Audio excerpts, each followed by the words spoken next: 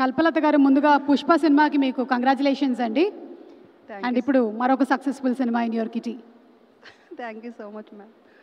Sir Chandu sir, thank you so much sir, చాలా మంచి character ఇచ్చారు.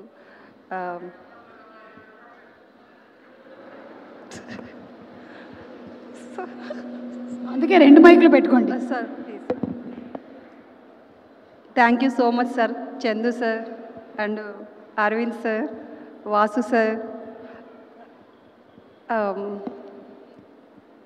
నాగ చైతన్య సార్, మా అబ్బాయి నాగ చైతన్య అండ్ మా కోడల పిల్ల సాయి పల్లవి, అందరికీ కెమెరామెన్ సాయి శ్యామ్ సార్, అందరికీ థ్యాంక్ యూ సో మచ్ అండి. నాకు ఒక మంచి క్యారెక్టర్ ఇచ్చారు.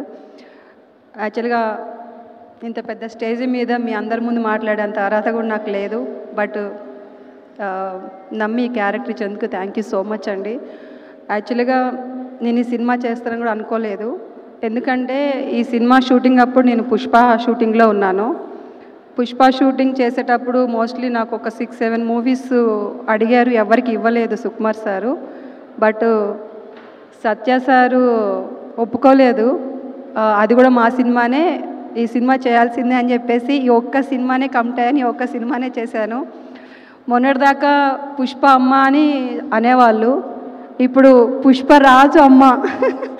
పుష్ప మా అల్లు అర్జున్ అయితే రాజు నాగ చైతన్య గారు, పుష్పరాజ్ అమ్మ.